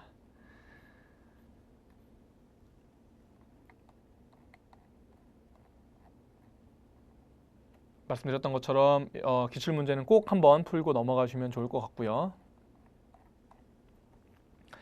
운동 행동의 이해, 운동 학습 관련된 내용 진행하겠습니다. 역시도 여기도 아까 앞에 나왔던 제어나 발달 관련된 내용들이 같이 좀 복합적으로 나오게 되니까 쭉 한번 더 같이 보겠습니다. 운동 학습이라 함은 개인적 특성을 바탕으로 연습이나 경험을 통해서 과제, 환경적 변화에 부합하는 변화를 가져오는 것을 의미한다. 이 변화가 가장 학습에서는 중요한 내용입니다. 운동을 할 수 있는 능력을 습득하는 것을 말하고 영구적인 변화를 유도하는 내적인 과정이다 라고 보시면 되겠습니다. 여기 운동학습 수행 여기랑 같은 내용이에요. 대응된 내용이에요. 운동학습의 특징으로 슈미트와 리가 제시한 내용들이 있는데 운동학습의 특징으로는 숙련되게 움직이는 능력을 획득해가는 과정이고 훈련을 통해서 얻을 수 있고 직접 측정할 수 없습니다. 운동학습이 누군가 개인의 학습이라 함은 개인 내적으로 일어나는 행동이기 때문에 이걸 직접적으로 측정할 수 없어요. 그래서 어떻게 측정하냐면 행동을 통해서 간접적으로 측정할 수 있다. 이게 무슨 말이냐? 농구 슈팅하는 것을 학습한다. 그러면 내가 이 사람이 농구 슈팅이 학습이 됐는지 안 됐는지는 알 수 없어요. 어떻게 학습을 측정할 수 있느냐? 농구 슈팅을 실제로 해보는 거예요. 그래서 이 성공률이라든지 자세라든지 이런 것들을 토대로 우리가 간접적으로 이 사람이 10개 중에 8개를 성공시키고 자세도 깔끔하고 이런 것들을 보니까 농구의 슈팅을 잘 학습했구나 라고 이렇게 간접적으로 평가할 수 있다 이런 말입니다. 그리고 상대적으로 영구적인 행동의 변화를 가져오게 된다라는 운동학습의 특징에 대해서 슈미트와 리의 정의였습니다. 여기 점프업 이해 여기 요 내용들이 시험에 종종 출제가 되는데요. 요게 2024년에도 나왔고 2022년에도 제가 알기로는 나왔습니다. 먼저 보면 희게 법칙. 여기 보면 희게 법칙인데 이 옛날 책들을 보면 이게 힉스의 법칙이라 나와요. 이게 왜 그러면 힉스 로우라서 힉스의 법칙이라고 나오는데 정확히는 희게 법칙이 맞습니다. 힉의입니다. 이게 S가. 어쨌든 희게 법칙 보면 자극과 반응의 대안의 수가 증가함에 따라서 선택 반응 시간이 증가하는 현상이다. 아까 우리가 선택 반응 시간 제어에서 나왔을 때 단순 선택이냐 뭐 등등에 따라서 이 선택 반응 시간이 달라진다라고 말씀드렸죠. 그래서 이 대안의 수가 증가하면 선택 반응 시간이 증가한다. 히카이먼 법칙이라고도 하고요. 이게 그래프로 그려보면 로그 함수적으로 증가한다라고 해요. 이게 선택이고 반응 시간이라고 쳤을 때 선택 개수가 많아지면 선택 개수가 증가하면 증가할수록 반응 시간이 기하급수적으로 늘어나다가 로그 함수적으로 증가하더라라는 말이 되겠습니다. 피츠의 법칙, 동작의 속도와 정확성의 관계를 수학적으로 설명했다. 목표물의 크기가 작고 움직이는 거리가 증가할수록 운동 시간이 늘어난다. 이게 무슨 말이냐? 총으로 목표물을 맞춘다라고 생각해 보겠습니다. 가까이 있는 것 그리고 큰 목표물을 맞출 때는 대충 써도 맞는 거예요. 근데 이 목표물이 멀어지면 멀어질수록, 목표물이 작아지면 작아질수록 이 총으로 이 목표를 맞추기 위해서 더 오랫동안 조준해야 돼요. 아주 미세한 움직임에도 총구가 벗어나기 때문에 이 운동 수행 능력이 계속 늘어날 수밖에 없어요. 그리고 정확성이 더 많이 필요할수록 속도가 느려지더라. 그렇겠지 당연히. 그리고 속도가 증가하면 오히려 정확성은 줄어들더라. 이런 말이 되겠습니다. 요거는 그래프로 그리게 되면 정확성, 속도 관계가 이렇게 된다. 속도가 증가하면 정확성은 떨어진다. 파워 법칙. 시간과 연습량의 증가에 따라서 수행 능력이 좋아지는 것이다. 연습을 하면 내가 능력이 좋아진다. 당연한 얘기죠. 연습 시행 횟수가 증가할수록 선택 반응 시간이 감소해서 운동 수행 능력이 높게 나타난다. 이게 무슨 말이냐면 연습을 아까 여기 피게 법칙에 보면 선택 반응 시간이 증가하잖아요. 대안의 수가 많아짐에 따라서. 근데 연습을 많이 하다 보면 대안의 수를 줄여나가는 거예요. 내가 처음에 운전할 때는 봐야 될 게 너무 많아요. 앞쳐도 보고 뒤쳐도 보고 내 손을 얼마나 돌리는지도 생각해야 되고 악셀레이터를 얼마나 밟아야 되는지도 생각해야 되고 그러다 보니까 너무나 힘들어요. 그런데 자꾸 연습 많이 해서 운전 연습 많이 하다 보면 이제는 좀 저런 것들은 중요한 정보가 아니구나를 내가 터득하게 되는 거예요. 그래서 선택 반응 시간도 줄어들고 운동 수행 능력도 높아지게 된다. 이게 파워 법칙에 따라서 그렇게 되게 된다라고 보시면 되고, 파워 법칙은 특징적으로 학습 초기에 많이 나타나요. 학습의 초기면 초기일수록 연습량에 따라서 수행력 좋아지는 그래프가 높게 나타나요. 연습 시간, 수행력 이라고 하면 초기에는 수행력이 빨리 올라가요. 그리고 점차 줄어들어요. 그래서 연습 시간이 증가해도 수행력 자체가 높아지지 않는 구간도 존재하게 됩니다. 이게 파워 법칙의 특징 중에 하나입니다.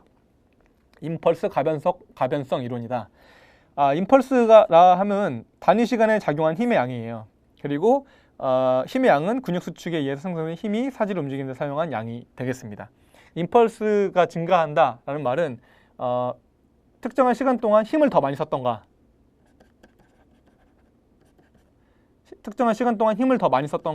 아니면 힘이 유지됐으면 특정한 시간을 더 오래 했던가, 그러면 임펄스가 늘어나게 됩니다. 그래서 임펄스가 늘어나면 늘어날수록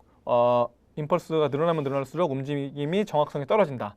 그리고 임펄스가 줄어들면 줄어들수록, 그러니까 적은 힘을 짧게 쓰는 동작에서는 정확성이 조금 더 증가하고, 큰 힘을 오랫동안 써야 되는 동작은 정확성이 좀 줄어든다. 근데 여기서 중요한 거는 단순히 임펄스가 늘어난다는 것이 시간과 힘이 늘어난다는 게 아니라 가변적이면 가변적일수록 이 반응 시간이 달라진다가 가장 핵심적입니다. 이게 무슨 말이냐면 임펄스가 낮은 상태를 오랫동안 유지하는 거예요. 시간은 또 짧고 힘을 짧게 쓰는 행동을 짧게 계속 이렇게 유지하면 임펄스가 낮은 거예요. 또 큰 힘을 오랫동안 쓰더라도 큰 힘을 오랫동안 계속 유지해서 쓰게 되면 이것도 임펄스가 낮은 거예요. 임펄스가 높다 하면 큰 힘을 잠깐 썼다가 큰 힘을 뺐다가 큰 힘을 썼다가 큰 힘을 뺐다가 이런 식으로 힘과 시간이 유동적으로 계속해서 변하는 동작들, 이 임펄스가 큰 거예요. 이러면 동작 정확도가 떨어지더라.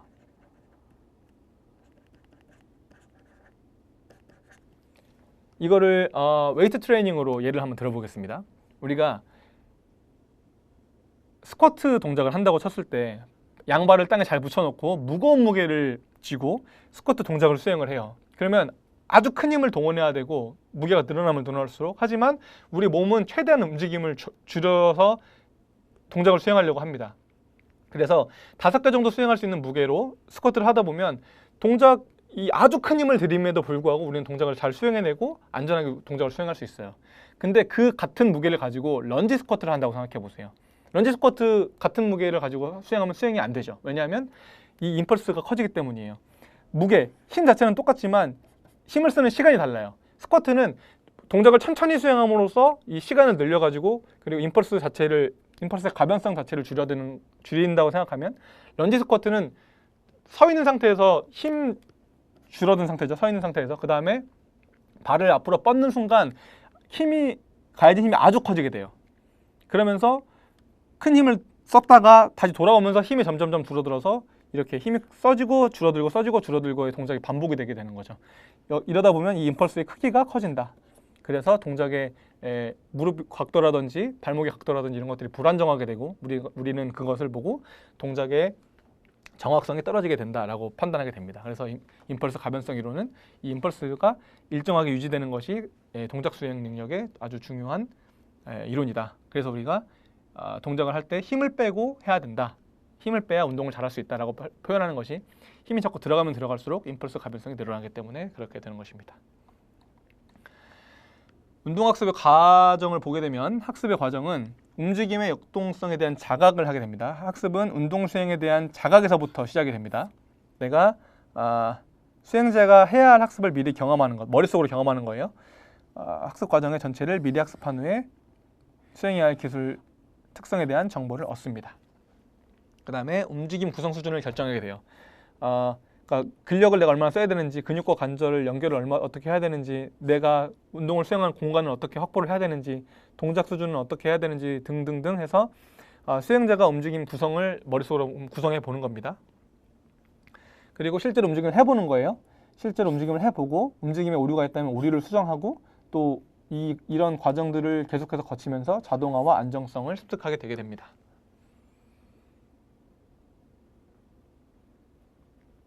여기에서 자동화가 아주 핵심적인 내용이에요. 자동화가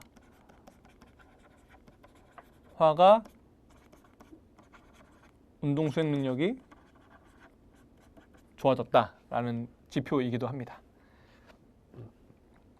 학습 단계를 보게 되면 인지 단계가 있고 연합 단계가 있고 자동화 단계가 있어요. 여기도 자동화가 또 나오죠. 결국엔 자동화가 잘 되어야 우리가 학습이 잘 이루어졌다라고 보게 되는데 이 과정은 이렇게 선형적으로 일어나게 됩니다. 이 역시도 학습 단계 이론 역시도 정보 처리 이론 관점이에요. 보겠습니다. 우리가 이 학습의 움직임 학습하는데도 머릿속으로 정보 처리를 어떻게 하느냐에 따라서 학습이 잘 일어날 수 있다 하는 내용이거든요. 운동 과제를 안전하게 수행하기 위한 방법을 외우는 단계가 인지 단계입니다. 일단 내가 실제로 하는 경우도 있고요. 아니면 머릿속으로 이걸 구상하는 단계도 있어요. 어쨌든 그 모두가 포함해서 인지 단계입니다. 움직임을 인지하고 움직임의 연속성에 대해서 생각하고 여기 초기 단계이기 때문에 시행착오가 많이 발생하게 돼요. 그리고 연합 단계, 고정 단계는 점점 오류가 줄어듭니다. 처음에는 쓰지 않아도 될 배구 스윙을 한다고 쳤을 때, 뭐 탁구 스윙이나 배드민턴 스윙을 한다고 쳤을 때 이 셔틀콕을 맞추기 위해서 라켓을 휘두르는데 처음에는 쓰지 않아도 될 모든 동작들이 막 일어나요. 잘 모르니까. 그러다가 점점 자꾸 하면 할수록 오류가 적어지고 사용하지 않아도 될 근육들의 힘이 빠지고 이런 동작들이 연합 단계로 일어나게 됩니다. 운동 조절을 잘하려고 노력하는 단계이고 동작이 능숙해지고 신뢰롭게 되고 동작을 부분적으로 자동 조절하는 단계다. 1년에 배드민턴 스윙을 할 때 스텝도 해야 되고 무게중심 이동도 해야 되고 그 다음에 팔을 휘둘러야 되고 콕을 맞춰야 되고 콕을 맞춘 이후에 스텝 다시 해야 되고 이 등등해서 또 이 스텝도 왼발을 디딜지 오른발을 디딜지 결정해야 되고 등등등 이 세부적인 내용들이 계속 있단 말이죠. 처음에 인지 단계에서는 이 세부적인 내용 하나하나를 의식적으로 동작을 수행하게 됩니다. 그러다 보니까 이 단계들이 넘어가면서 시간도 걸리고 오류가 생겨요. 그래서 자꾸 시행착오가 많이 발생이 되는 거거든요. 연합 단계에서는 어떻게 되냐면 스텝 하나를 뭉쳐서 한 번에 수행하고 그 다음 단계로 무게중심 이동을 하나로 붙여서 한 번에 수행하게 되고 팔 휘둘러는 걸 한 번에 수행하게 돼요. 이렇게 큰 틀에서 동작들을 부분적으로 자동화해서 수행하게 됩니다. 자동화 단계가 되면 어떻게 되냐면 이 전체 과정을 한 방에 수행해요. 내가 의식하지 않고 자동적으로. 그러면은 스윙 한 번이 자동적으로 수행이 되게 되는 거예요. 또 이게 자꾸 누적되게 되면 스윙 100번, 스윙 한 번 이후에 내 코트에서 여기서 스윙했으면 다시 가운데로 이동하는 과정, 여기까지도 자동화가 되는 것이고 이 자동화들이 모여서 최종적으로는 운동학습이 잘 일어나게 된다라고 보시면 되겠습니다.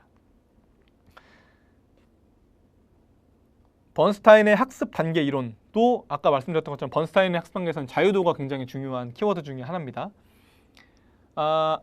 처음에는 초보 단계에서는 신체 자유도를 고정해요. 모든 관절의 각도를 일정하게 유지시켜요. 이게 무슨 단계냐면 여기랑 같은 단계인 거예요. 인지 단계랑. 자유도가 조금 풀려서 향상하게 되면 고정했던 자유도를 조금 풀어서 할 수 있어요. 처음에 예를 들어 골프를 예를 들게 되면 골프를 처음 배우는 사람은 모든 이 관절을 다 고정시켜 놓고 똑딱이부터 시작하게 됩니다. 모든 관절을 고정하고 허리만 왼쪽 오른쪽 돌리면서 공을 맞춰요. 그러다가 조금 이 스윙이 자유도가 풀리고 향상이 되면 이제 손목도 좀 써보고 무게도 좀 중심 이동해보고 스윙도 커지고 이러면서 자유도가 일정 관절 각도에서 풀리게 돼요.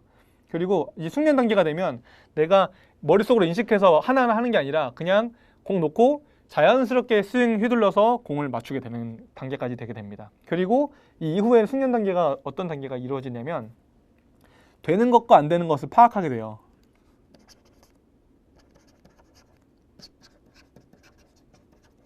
파악하게 되고 그 각각에 대한 전략이 생기고 또 이 환경에 따라서 내가 어떤 거 될지 안 될지를 고민하게 되고 그 맞는 선택지를 선택하게 됩니다.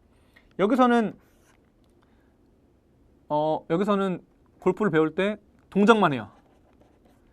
숙련 단계가 되면 이제 필드 나가서 이 공이 어디에 위치했는지, 이 페어웨이 예쁜 잔디에 올라가 있는지, 이런 러프 위에 공이 박혀 있는지, 공이 내리막에 있는지 오르막에 있는지에 따라서 달리 전략을 선택해서 다른 동작을 수행하게 됩니다. 그게 반작용의 활용 단계, 숙련 단계라고 생각하시면 되겠습니다. 젠타일의 학습 단계 이론을 보면 여기는 조절, 비조절 이게 중요해요. 움직임의 개념을, 이건 두 단계로 나눈 건데 움직임의 개념을 습득하는 단계이고 움직임 형태에 대한 이해, 그리고 형태뿐만 아니라 환경적 특징을 구분하고 여기는 인지 단계라고 생각하시면 돼요. 그리고 고정화 및 다단계 관계. 운동 수행에 고정화가 필요하고 운동 수행, 기술 수행에 다양화가 필요하게 되고 이 각각 필요한 것을 인식하게 되고 각각 필요한 것에 맞는 운동 등등을 하게 된다.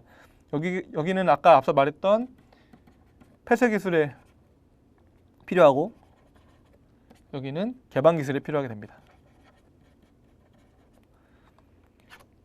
이 움직임의 개념 습득 단계가 앞에서 나왔던 이 피츠나 번스타인의 단계에서 보면 인지 단계와 고정 단계 요 가운데쯤이 이제 움직임의 개념 습득 단계가 될 것이고 고정화 및 다단계 관계가 연합 단계 중간쯤 이후부터 자동화 단계, 자유도 풀림 단계부터 반작용의 활용 단계에 해당하는 내용이 되겠습니다. 뉴엘의 학습 단계 이론 여기 또 나오죠. 뉴엘. 협응 단계, 제어 단계, 기술 단계인데 협응, 제어, 여기 기술이라고도 하고 여기도 자동화가 필요해요.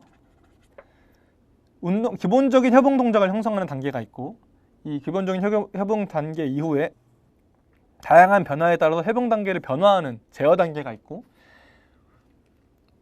이 각각의 변화를 내가 기술적으로 언제 어떻게 활용할지를 기술적으로 이제 대응하게 되는 기술 단계가 있게 되겠습니다. 요게 뉴엘이 말하는 학습 단계를 우리는 자기조직화라고 하고 자기조직화에서는 협응, 코디네이션이 가장 중요한 개념이 되겠습니다.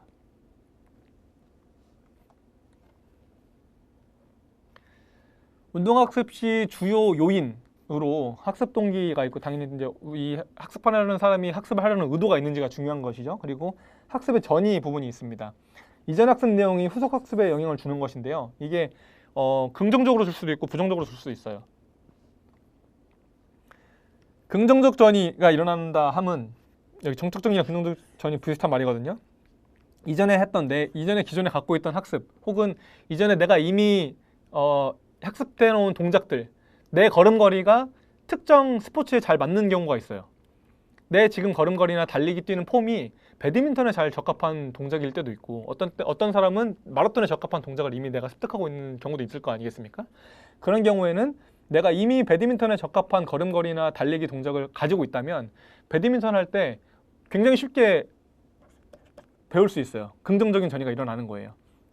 그리고 배드민턴 라켓을 잘 휘두르던 사람은 테니스 라켓도 굉장히 익숙하게 휘두를 수 있어요. 테니스를 잘 휘둘렀던 사람은 배드민턴 라켓도 익숙하게 휘둘릴 수 있어요. 그게 긍정적 전이입니다. 다만 부정적 전이는 이전에 배웠던 학습이 방해하는 건데, 배드민턴이나 테니스나 둘 다 라켓을 가지고 이동하고 스텝이 있기 때문에 비슷하다고 볼 수 있겠지만, 테니스는 손목 각도를 고정하고 허리나 이 대근육을 이용해서 많이 라켓을 휘두르는 반면에 배드민턴은 손목 사용이 유의미하게 중요한 동작이다 보니까 테니스 하던 선수가 배드민턴을 배울 때 라켓에 금방 친숙해지지만 손목을 사용하는 이 능력이 좀 떨어진다거나 이 손목 사용이 끝까지 안 된다거나 이런 것들은 내가 이미 갖고 있던 테니스 기술들이 배드민턴을 학습하는 데 부정적인 영향을 미친 거죠. 그걸 우리는 부정적 전이라고 하게 되겠습니다. 예를 들면 배구했던 사람, 했던 사람이 축구를 해요. 축구하다 보면 손을 쓰면 안 되는데 나도 모르게 손이 나가서 자꾸 핸드볼 반칙을 범하게 돼요. 이런 것들이 부정적 전이라고 할 수 있겠습니다. 수평적 전이는 한 분야에서 학습한 내용을 다른 분야 학습에 적용할 수 있는 건데, 예를 들면 달리기를 어릴 때부터 잘했던 학생은 어떤 스포츠를 가더라도 달리기가 적용되는 스포츠에서는 다 이 달리기가 적용이 될 수 있다, 이런 말이 되겠고요.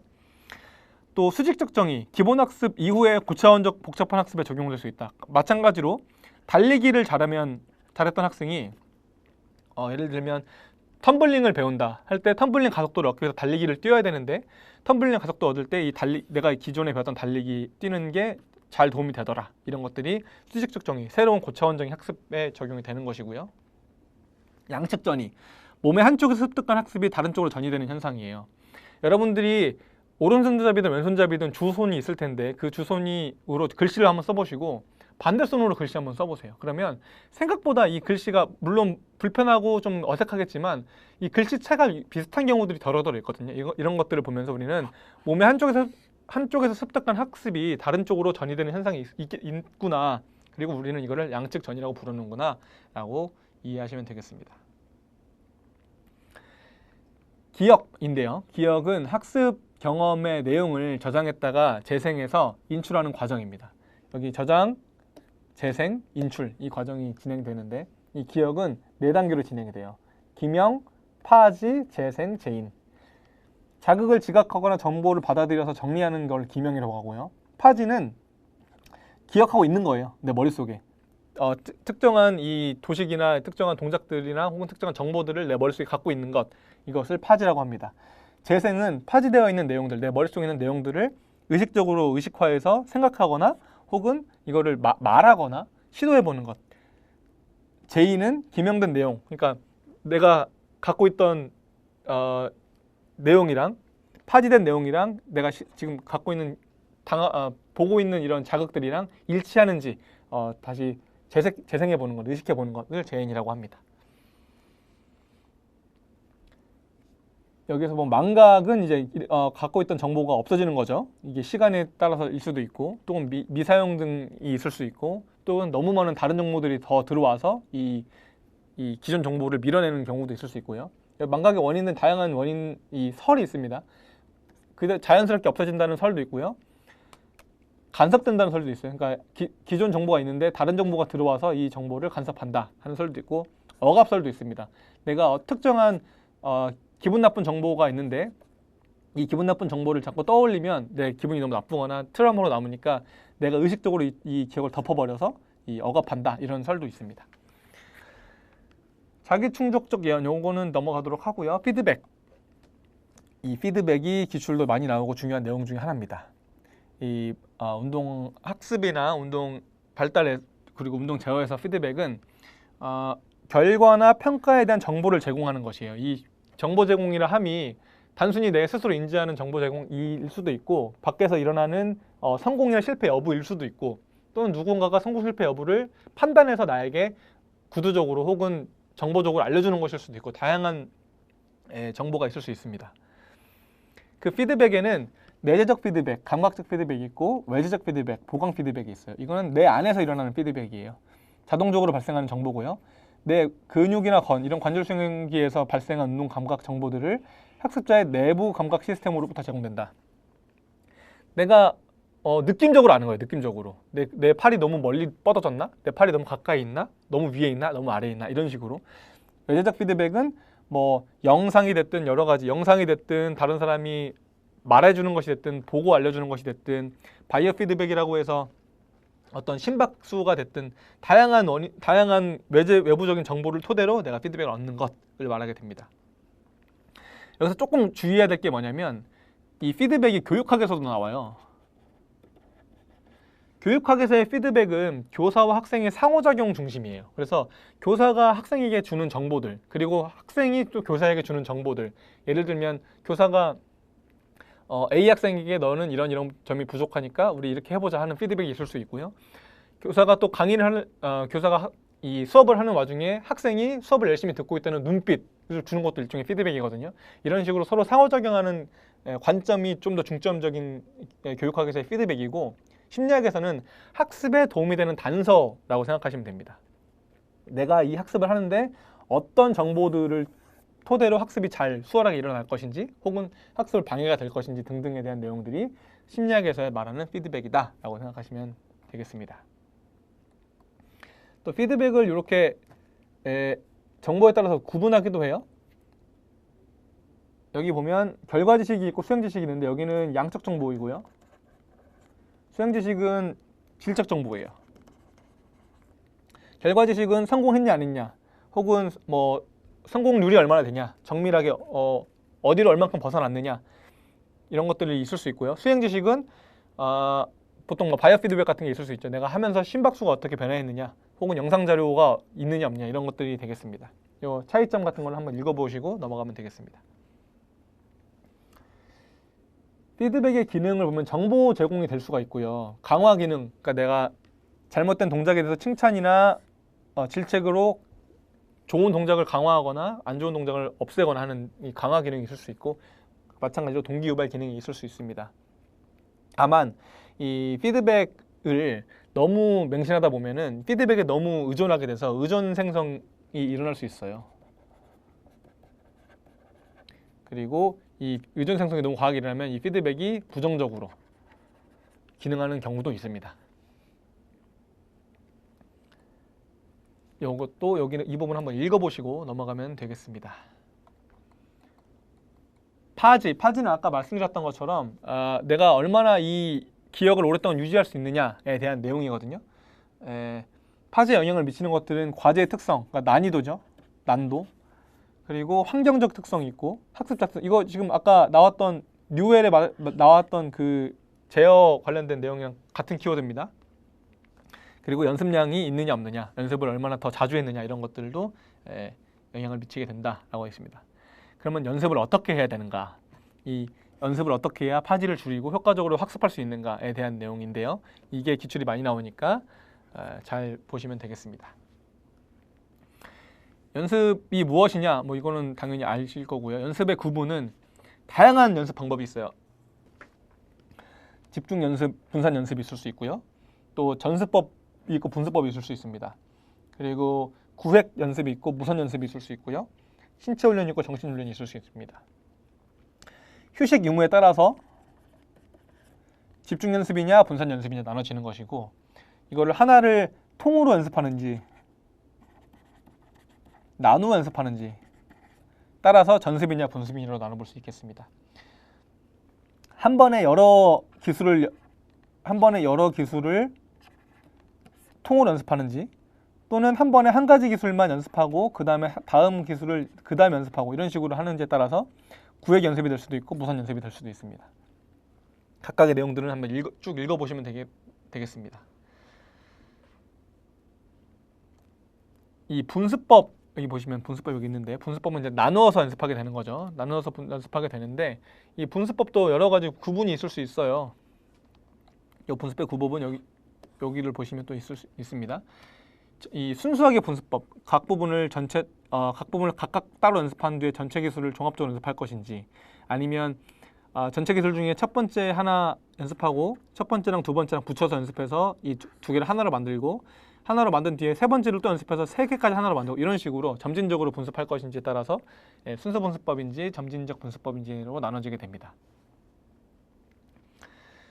분절화가 있고 단순화가 있고 부분화가 있는데 분절화는 일종의 뭐 부분화예요. 부분으로 나눠서 이 부분들을 결합시켜서 이제 연습하는 분습법을 분절화라고 하고, 부분화는 이 동작을 나누는 거예요. 예를 들면 수영을 예를 들면 킥 연습하고요, 스트로크 연습 따로 하고요, 숨쉬기 연습 따로 하고, 각각 연습이 다 완료되면 얘네를 한번 붙여서도 보고 이렇게 진행하는 것이 부분화가 되겠습니다. 단순화는 동작을 단순하게 변형시켜서 한번 해보는 거고요. 운동 숙련. 사실 이 운동 숙련이라 하는 말이 스포츠 계열로 보면 경기력 향상과 같은 말이거든요. 경기력 향상. 운동이 숙련된다 하면 경기력이 향상된다 하는 내용인데, 지속적으로 뛰어나게 수행하는 것이면서 운동 수행이 일관적으로 우수하게 나타나는 것이다. 이 안에는 경기력의 요소들이 있다. 그 안에는 생리적 요소가 있고 기술, 인지, 정서가 있다. 이걸 다른 말로 하면 뭐겠어요? 체력이 있고요, 기술이 있고요, 전술이 있고요, 심리가 있다. 이 운동 숙련의 요소가 생리적, 기술적, 인지적, 정서적이 체력, 기술, 전술, 심리와 같은 말입니다. 체력적으로, 생리적으로 이 운동이 좋아져야 되고, 체력적이 좋아야 되고, 기술적으로도 내가 숙련이 돼야 되고, 전술적으로도 이 전술을 잘 이해해야 되고, 심리적으로도 운동과 특화된 심리를 잘 조절해야 되고, 그렇게 함으로써 운동 숙련을 이룰 수 있다. 고로 이런 것들을 통해서 경기력을 향상시킬 수 있다라고 보시면 되겠습니다.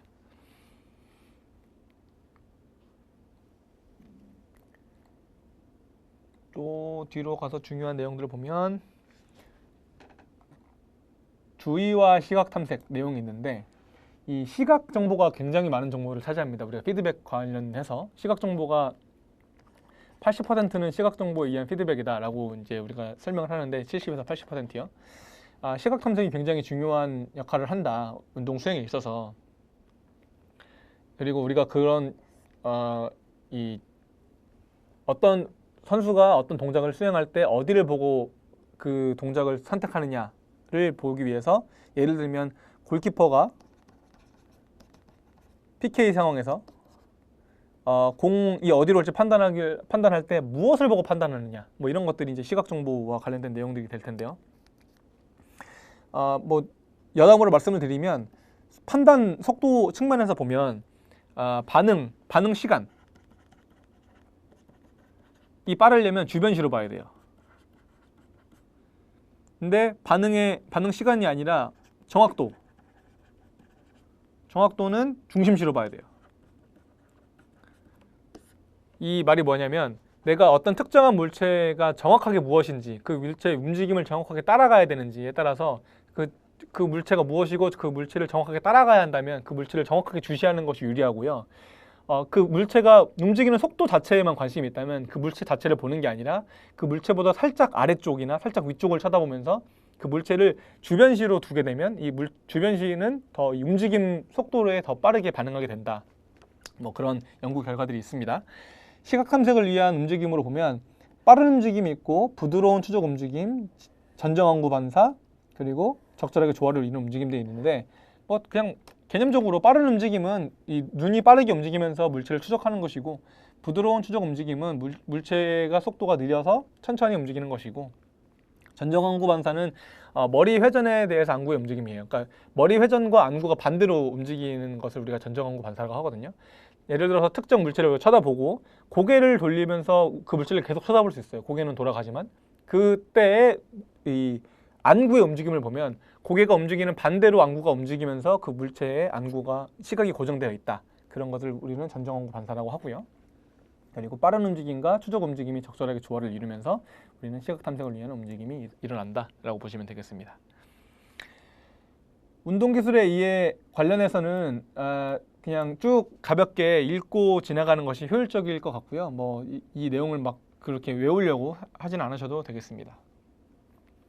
운동기술의 분류 역시도 가볍게 읽고 지나가시면 됩니다. 운동기술의 분류를 보시면 근육의 크기에 의한 분류, 대근육, 소근육이냐, 움직임이 연속적으로 일어나느냐에 따라서 불연속 운동이냐, 계열적 운동이냐, 연속적 운동이냐로 나눌 수 있고요. 특히 이 중에서는 이 연속적 운동기술, 요거는 우리는 파즈가 무한하다고 봐요. 연속적 움직임이 예를 들면 뭐가 있을까요? 여기 나와 있네요. 수영, 달리기 또는 뭐 자전거 타기. 시작과 끝이 구분되지 않고 동작이 계속해서 반복되는 기술이거든요. 파즈가 무한하다 하면 우리가 어렸을 때 자전거 타는 방법 배우면 자전거를 한동안 안 타더라도 어른이 되고 나서도 자전거를 금세 다시 타게 돼요. 그런 것들이 이 연속적 운동 기술은 우리가 파즈가 무한하게 있어서 뇌 속에 계속해서 저장이 되어 있다라고 할 수 있고요. 계열적 동작은 불연속적 동작이 여러 개가 더해지는 거예요. 야구의 받기, 던지기 운동 기술 각각이 불연속적이지만 수비수가 수비를 하려면 받고 던지고 연결적으로 이제 동작을 해야 되는 거죠. 불연속 기술은 뭐 다양하게 있죠. 야구 타격, 야구의 투구, 아니면 골프에서 공을 때리기 위한 스윙, 이런 것들이 불연속적 운동 기술이 되겠습니다. 그리고 이런 것들이 적절하게 섞여서 운동 동작을 만들어내게 됩니다. 안정성에 대한 분류, 그래서 폐쇄 운동 기술이냐 개방 운동 기술이냐, 요것도 많이 사용되는 분류법 중에 하나예요. 폐쇄 운동 기술은 환경이 안정된 상태에서 하는 것이고, 개방 운동 기술은 환경이 변화하는 것이다. 농구, 축구 같이 환경이 계속해서 변화하는 것을 우리는 개방 운동 기술이라고 하고, 사격, 체조, 골프 이런 것들처럼 환경은 안정돼 있고 내 운동 수행만 변화하는 것을 폐쇄 운동 기술이라 합니다. 여기도 가볍게 읽고 넘어가시면 되겠습니다.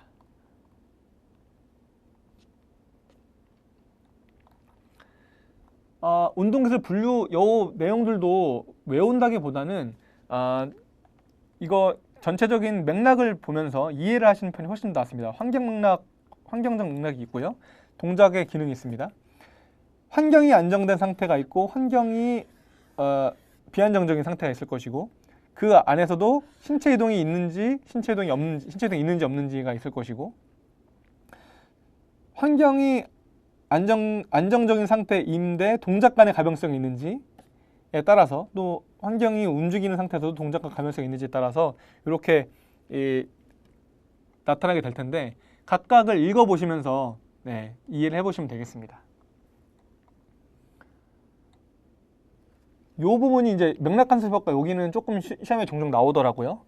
운동기술 연습에서 발생하는 효과인데, 학습해야 할 자료랑 학습 시간 중간에 개입한 사건 혹은 경험 사이의 갈등으로 인해서 학습이나 기억에 방해를 받는 것을 의미하는데요.